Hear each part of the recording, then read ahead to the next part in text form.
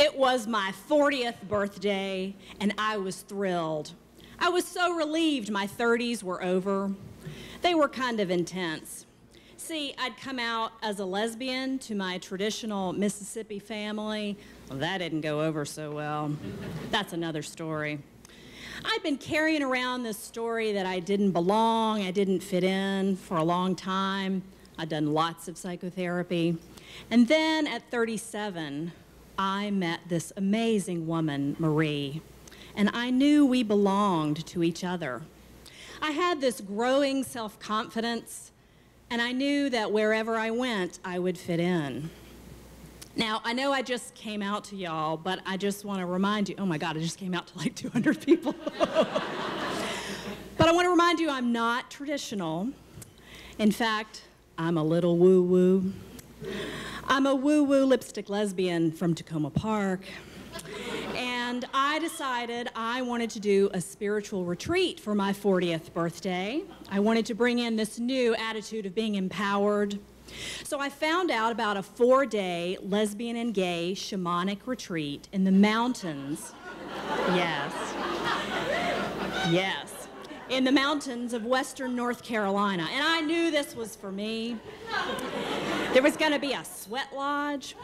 Y'all know what that is? It's like a spiritual sauna. There are hot rocks that go in the ground, and you go in this teepee structure, and you sweat and sweat and sweat and say prayers and talk about what you want to let go of. It's a purification ritual. So on a beautiful November day, I drive down to Black Mountain, North Carolina. I arrive at this quaint cabin, and I was having one of those moments where I just knew that intuitively it was going to be a really powerful weekend. I walk into the cabin, I see a group of people gathered in the kitchen. A man comes over and introduces himself to me. Hi, I'm John. John's wearing a mini skirt, heels, and makeup. And I think, cool, a cross-dresser. Then I meet Diane, who used to be Dan, and I realize she's transgendered. That's cool, part of my queer community. And then a gay man walks in. Hi, I'm Mark. Elizabeth, we hear that your 40th birthday is tomorrow, and I'm so thrilled you're celebrating with us. Let me give you a tour of our campus here. Thanks, Mark. So we walk around, and then Mark says, do you know about the community here? Well, y'all, everybody always assumes I'm straight, so I'm used to coming out to people all the time, even gay boys. And I say, well, my partner, Marie, found you on the internet, and I'm so glad you have a lesbian and gay retreat center here in North Carolina. There are some progressive places in the South. Well, Elizabeth, do you know what kind of retreat this is? Well, yes. I'm so glad it's a lesbian and gay LGBT retreat. Well, honey, we're actually the T people here. We're transgendered, and this is a transgendered spiritual community. Well, that's cool. I'm a therapist. I've had trans clients. That's fine.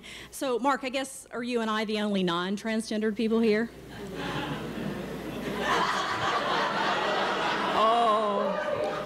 Oh, honey, this is fabulous. You can't tell? You see, just a few years ago, my name was Mary, and I was a butch lesbian. And last year, I had my top surgery. Let me show you.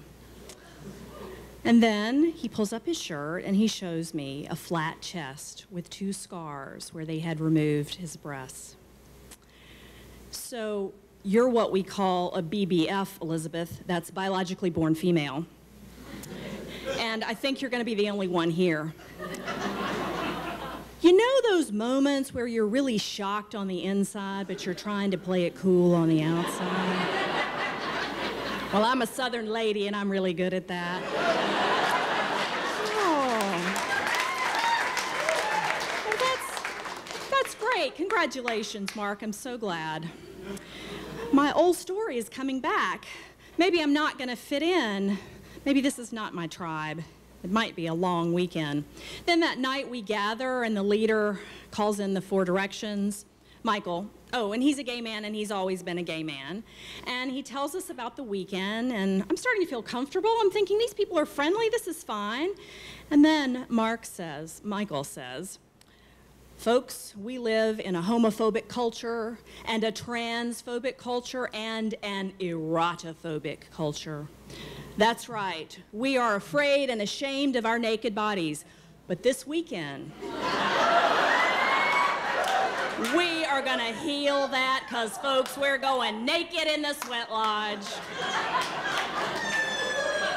Well, I was already beginning to sweat. And I do not do public nudity. And he's encouraging us to look at each other's bodies, because there's going to be a variety of bodies. And I'm starting to imagine breasts on top of a penis and a flat chest on top of a vajayjay. And my mama taught me it's rude to stare at people. But I'm hanging in there. And the next night, we have the sweat lodge, and we process down the hill in nothing but white towels, our ritual garb. We get to the teepee structure, and we're in a single file line, one by one. I'm at the end of the line, of course. And we're supposed to get to the opening and honor our ancestors and bow and say, "All my relations." So one by one we go, and suddenly I'm there before the sweat lodge in my towel. Can I do this? I don't know. I take a deep breath. I drop the towel, and I feel free and fabulous and 40. And then I hear my Mississippi mama's voice. She died the year before, and I could see her up above looking down at her baby girl, saying something like, "Elizabeth, what would Jesus think?"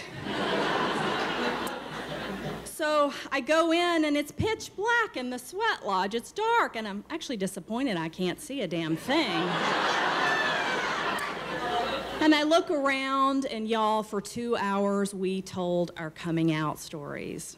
And that is quite a rite of passage in the LGBT community, very special. And as I hear about Mark losing his family after his surgery and Diana losing her job, I share my stories of losing some of my family members when I came out. And that old story of not belonging and not fitting in fades away. And I realize that I do belong. We are all connected, and we've become a family. As I come out of the sweat lodge, I look up at the full moon, and I see everybody in a different light.